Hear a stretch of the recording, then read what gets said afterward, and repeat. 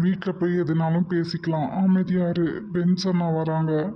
அவனால நீ இப்ப தப்பிச்சிட மகனே. ஆ, பார்த்துக்கலாம்.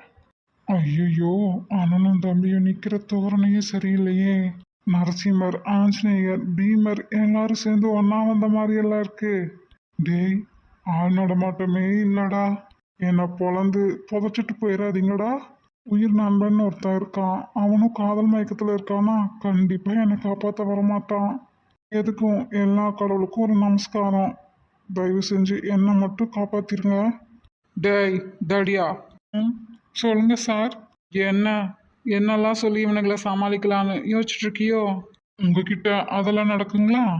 இல்ல மரியாதையெல்லாம் பயங்கரமா கொடுக்குறியா? அதான் டவுட்டா இருக்கு. ஐயோ, இதுதான் தவளை தன்மாயால கெடுங்கிறதோ? சரி, வந்த வேலையை பார்ப்போமா?